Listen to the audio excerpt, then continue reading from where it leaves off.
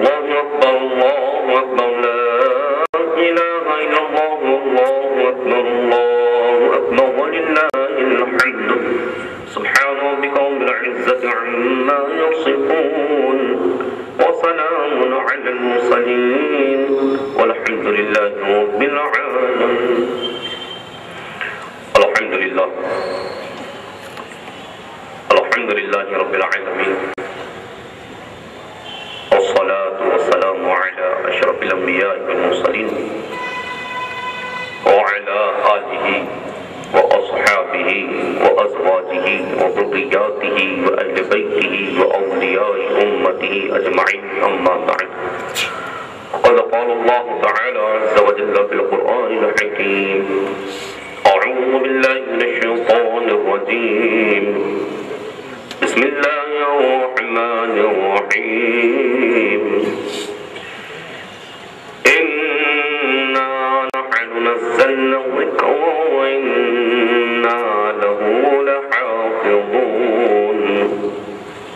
أعوذ بالله صدق الله العظيم. وجدنا عن النبي صلى الله تعالى عليه وسلم أنه قال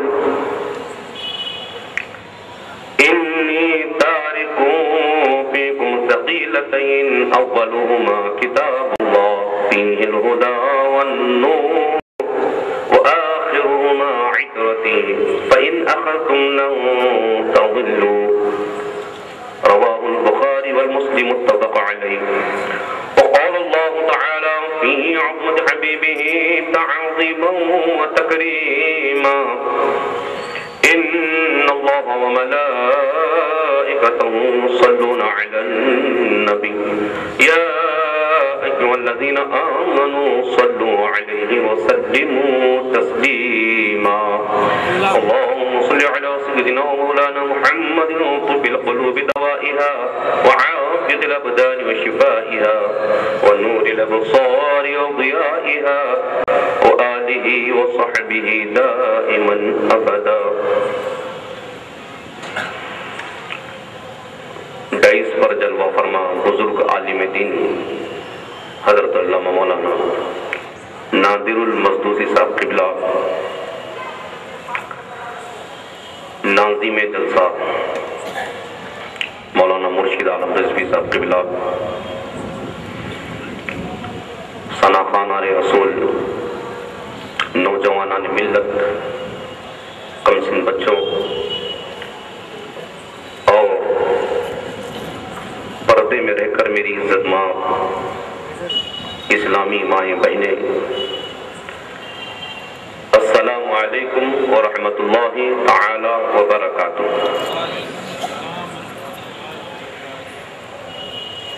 سلام کا جواب نہ دینا واجبی ہے، آپ کو میں برا نہیں مانوں گا، چونکہ آخر میں خواتین حضرات کا نام ہے، لہذا وہ جواب دیں گے۔ آپ کو میں نے سلام کیا، السلام علیکم۔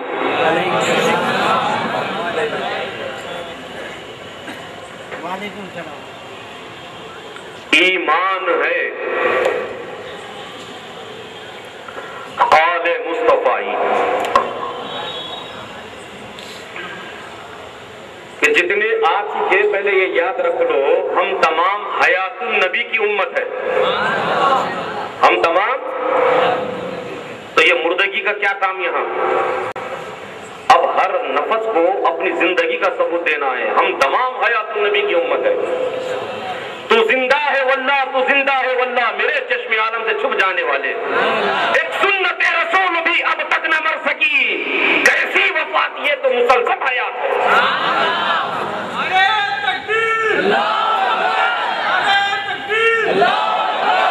پورے مجمع میں ماشاءاللہ ایک تو زندہ ہے، انشاءاللہ اس زندگی کی خیرات سب میں بانٹی جائے گی۔ عزیزان محترم، ایمان ہے قول مصطفی، قرآن ہے حال مصطفی۔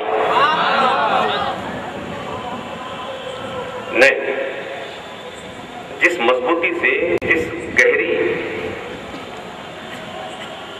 باریک نظر سے جو اشعار منتخب کرتے میں آپ کے سامنے حاضر خدمت ہوں، یہ آپ کی آواز اس سے میل نہیں کھا رہی ہے۔